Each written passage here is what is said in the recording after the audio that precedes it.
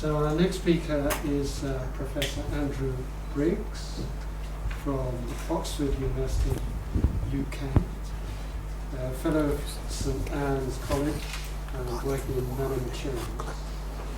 And the title of his talk is Quantum Randomness, Free Will and Responsibility.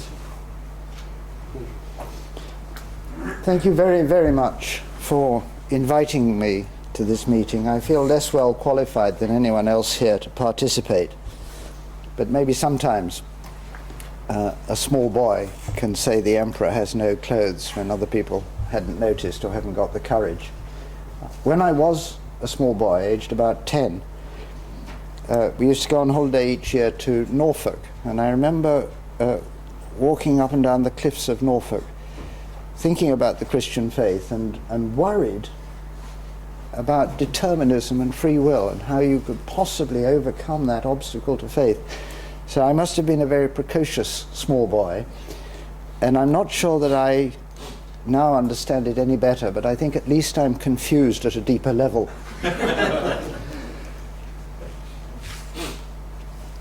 I give myself the title Quantum Randomness, Free Will and Responsibility. So let me say a little under those three headings. And I only need to say a little because so much of what I thought of in preparation for this meeting has already been covered by others much better qualified than I to speak, and I've really appreciated that.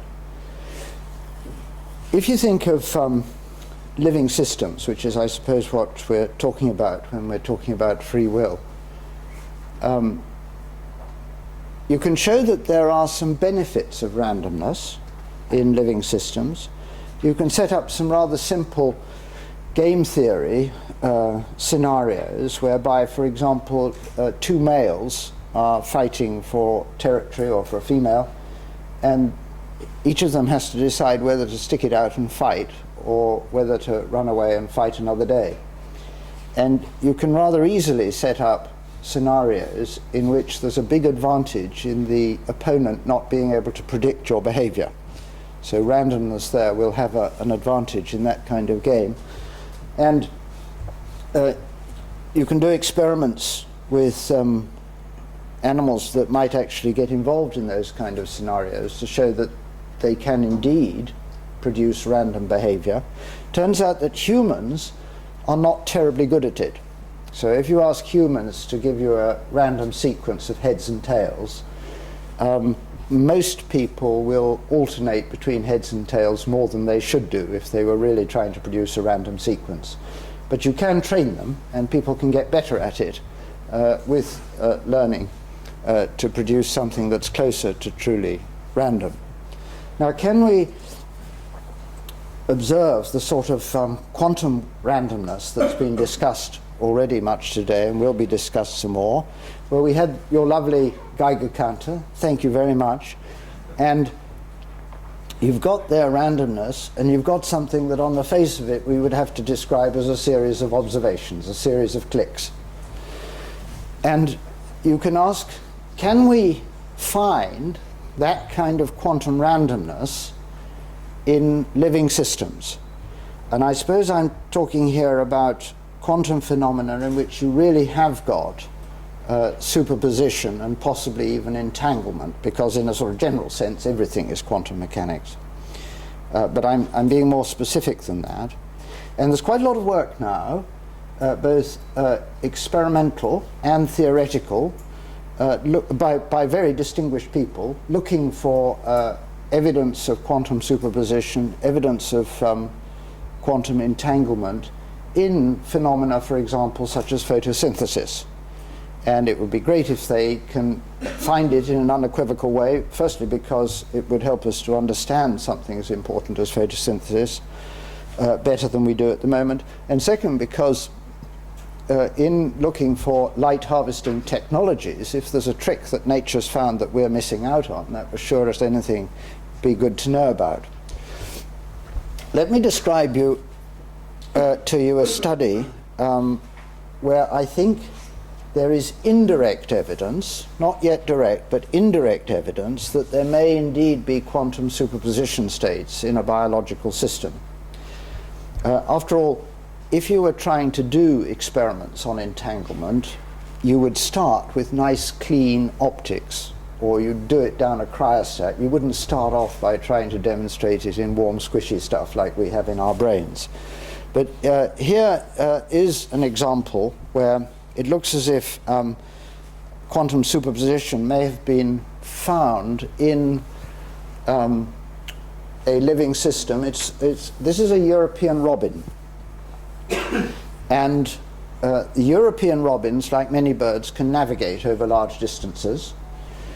And there's quite a lot of evidence that they use the Earth's magnetic field in that navigation. Now, there's a number of different ways that living systems can detect the Earth's magnetic field. So there's a number of biological ways of making a magnetic compass. Some of them are just pretty classical. You know, it's little sort of magnetic crystalline matter in the body that can adopt some sort of orientation. But a study on the European robins worked like this. They set off from Germany to go south as part of their migration pattern. And if at the right time, when they're about to migrate, you put nets up in trees, you can catch them and use them for the experiments. And you can even answer the animals' rights activists, because their chances of survival of the experiments are much greater than their chances of survival of their natural migration to Africa. So you're being kind to them, you're not being unkind. And the experiment is this, that you put them in an enclosed space from which all optical orientation has been removed. So there's no natural daylight, but light is necessary for the experiment. It seems that the mechanism needs photoexcitation. And then they're in a round enclosure, and you have something like sort of carbon paper that can detect movement and hitting with their beak against the side. And it turns out that they hit the side, which magnetically would correspond to the direction in which they would naturally be migrating. So far, it's a pretty simple experiment. Now, here's the interesting bit. If you introduce some radio frequency signal, at a certain frequency, they seem to lose this sense of orientation. And the frequency at which they lose it is the frequency at which an electron with a G equals 2 would be resonant with that magnetic field. And you can then vary the power, having found the right frequency, and you can find the minimum power necessary to make them lose the orientation. And that's the experiment that's been done. Now, the molecule that might be responsible for all this has not been identified. So most of the rest of what I'm going to tell you is speculation, but it's speculation that's intended to provide an interpretation of these data. And there are various different mechanisms. Some of them go under the name of the radical pair mechanism, but basically what they involve is photoexcitation from a ground singlet state up to an excited state, and by the selection rules that's going to be a singlet state. And it can just decay in a rather boring way to the ground state, but it can decay to a triplet state. And the triplet state could then have some sort of magnetic sense to it.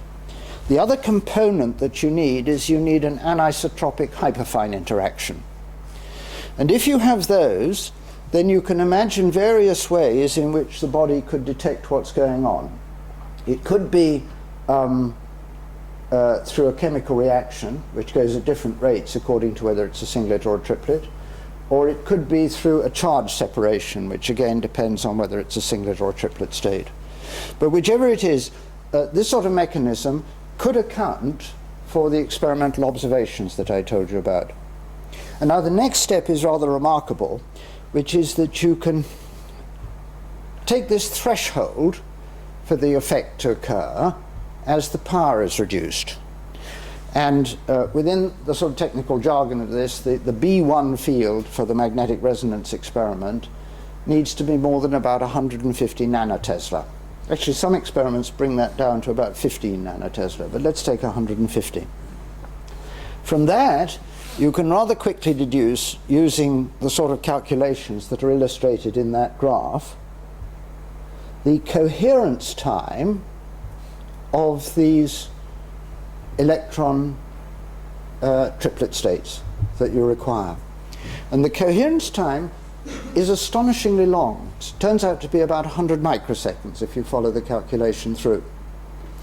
And it happens that that's about the longest coherence times at room temperature that we can get with the very, very best molecules that we can design, which are C60 molecules with one nitrogen atom inside them.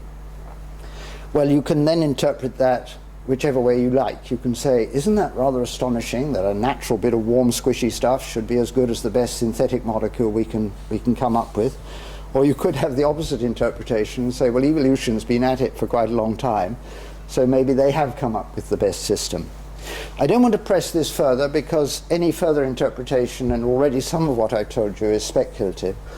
But I did want to make the point that there are experiments that you can devise that would look for quantum coherent superpositions and maybe entanglement in biological systems with some hope of success. And so if we're trying to invoke mechanisms of quantum phenomena in any kind of understanding that we have of human decision making and therefore free will, here are some empirical studies that I would like to see, and if they've already been thoroughly done, please tell me about them. One, what are the shortest timescales of any events in the brain that we can connect to decision-making processes? And I'm not talking here about experimental psychology. I'm not talking about human reaction times. We know the answer to that. It's measured in milliseconds or longer. But I mean, once you start getting inside the mechanics of the brain. Number two, what are the longest coherence times of superposition states of anything that goes on in the brain that can be measured? My guess, until I'd seen this, would have been it's going to be measured in nanoseconds. Maybe I'm wrong, maybe it should be measured in microseconds. But again, that's open to empirical investigation. And then there's a third bit of work that's needed for the analysis, which is this, that in the human brain there are some highly nonlinear processes, and therefore you could ask the question, when you're comparing the results of those two empirical studies that I've just described, it may be more subtle than a simple inequality. And would those nonlinear processes affect how you would address the inequality? Now, let me now not present any more scientific data, but just go through some bullet points. I've talked a little bit about quantum randomness. When we're talking about free will, Al's already given us a lovely analysis of the Liebert family of experiments, and I just wanted to add 2 points about them to me. And here's where I really am a small boy looking at the emperor, who I think has got no clothes on. Number one, if these experiments are all sub-second experiments, which I think they are, they don't investigate my freedom to deliberate. I'll come in a moment to responsibility. I have to say that I feel most responsible, usually, for decisions that I've taken quite a long time to think about, and least responsible for the ones that I make just like that. But in addition to that, I've also got a freedom to develop character. You know, how do I react when something hits me, when someone makes me cross or something? And I'll react in a way that I may have been cultivating for most of my life. And so my instantaneous reaction when an event happens and I have to do something straight away may be determined by what I've been working at for many, many years. I think too, if we're going to talk about this at all, we have to address the question of who am I? What do I mean by me? There's a technical term here called indexicals. Indexicals are words in the language that have meaning only within their context. So words like here, now, and I would claim a word like I has got a meaning only within its context. And here's a little quote from Colin McGinn: "There's no way to understand the mechanism that turns the water of the brain to the wine of consciousness." And whether or not you agree with that statement, it's something that we've got to address if we're saying, what does it mean for me to take a decision for which I am responsible? So that brings me then to the third point, and I don't know if anyone else has done this apart from Anton's introduction before dinner yesterday, but I would want to assert that responsibility is an absolutely integral ingredient of what it means for me to be a human. And other people may come to the same conclusion for other reasons, but I find it right there in the early chapters of the Bible. And you know, there's more than one creation story in the Bible. If you take the story of the creation of the man and the woman that starts in Genesis chapter 2 verse 4, you can ask yourself the question, is the description of the creation of man and woman complete by the end of chapter 2? And I would say no, it's not, because what you get in chapter 3 is this crucial ingredient that they are responsible for decisions that they take. And in one particular case, you know, the decision to do something that they were explicitly told not to do. And you may know that within the story there's an animal involved too, a snake or a serpent. And the distinction that the writer makes between the humans and the animal is that the humans are called to account. They're asked what it is that they've done and why they did it. As if to say, if you want to understand what a man and a woman are, you have to understand this element of responsibility. And in fact, if you unpack responsibility, it also includes accountability, and in that case, accountability to God. And one of the Gospels that sort of most immediately picks up some of the themes in Genesis is John's Gospel, and I've given you a couple of chapters there. John chapter 5, where Jesus says to the man by the pool, do you want to get well? And he's absolutely addressing this man's choice, his, if you like, his free will. Or in John chapter 9, where there's a discussion of responsibility. There's a man born blind, and the people around are saying, whose fault is it? Who's responsible? And Jesus gives a clear-cut answer to that question. So is science compatible with our desire for freedom? I jolly well hope so, because I'm a scientist and I certainly desire freedom. So I hope that they are compatible. If you ask, is there free will? I suppose the answer I should give is only if I choose that there should be. I'm going to finish, and that's my last slide for the benefit of the chairman, with some unresolved questions that I'm willing to live with. And the first one just relates to the science that I do in the lab. And it's how can I expect connect my experience, the clicks on the Geiger counter, if you like, to the quantum world that I believe underlies them. The second question is, how do I, as me, relate to my body? And the third one is, how should I base my responsibility on either determinism or randomness in my brain? And those are all questions that a lot of people have thought about for a lot of time. They're questions to which we've had some very useful contributions today already, and I think we're going to get more. Some of them are questions to which some people think they have a watertight answer. I think, from my own experience, the more logically watertight the answers seem to be, the less satisfactory I find them.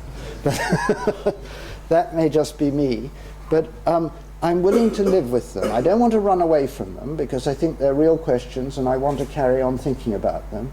But I don't want to stop living, and I don't want to stop doing my professional science just because I don't yet have answers to them. But I don't want to take the lazy option. What did you call it? The cushion of laziness. So, but I'll live with them and I'll work with them. And if you like them, I've deliberately put them in the first person, incidentally. That was quite deliberate to put them in the first person. If you like them, then I hope they may serve as a sort of statement of the open questions from the issues that we're discussing here at this meeting. Thank you.